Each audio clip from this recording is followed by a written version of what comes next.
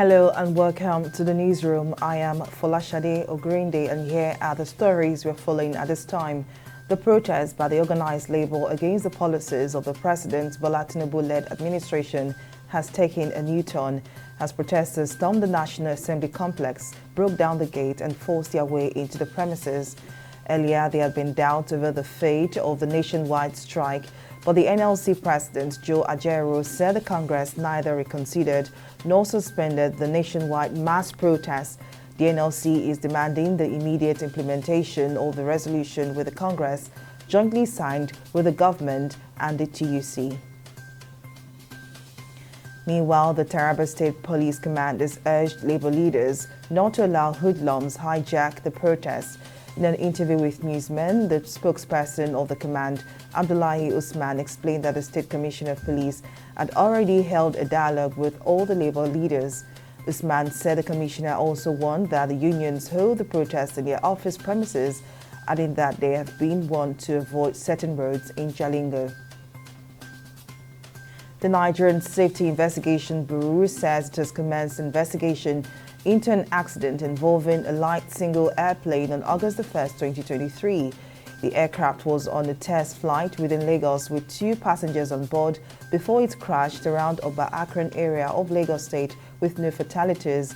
The aircraft caught fire on impact, but the spread was contained by the rainfall at the time of impact. The United States has said coronavirus infections have risen by more than 12% across the country. According to new data published by the Centers for Disease Control and Prevention, the new data marks a second straight week of the virus climbing. It said that at least 8,035 hospital admissions of patients diagnosed with COVID-19 were reported for the week of July 22 nationwide, up from 7,165 during the week before. In business, World Bank President Ajay Banga will commence a 3-day visit to Nigeria on Wednesday. According to a statement on Tuesday by the Bretton Woods Institution, Banga will arrive in the country after a 2-day visit to Ethiopia.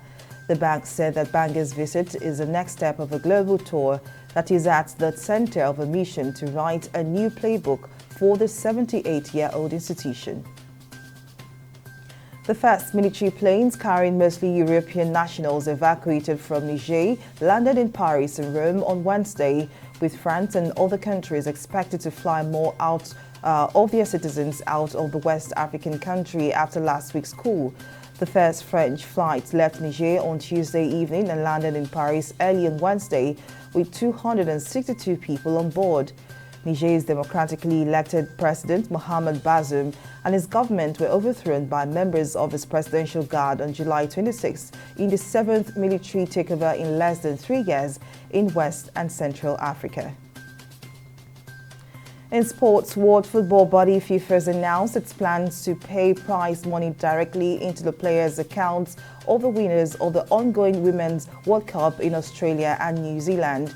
FIFA Secretary General Fatma Samora confirmed this in a viral video on social media, saying the policy change is due to unpaid allowance issues involving Nigeria's Super Falcons.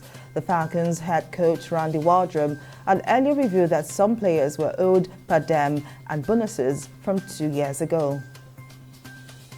And that's it on the newsroom. To join us at the top of the hour for more updates, I'm Folashade Ogrinde. Bye for now.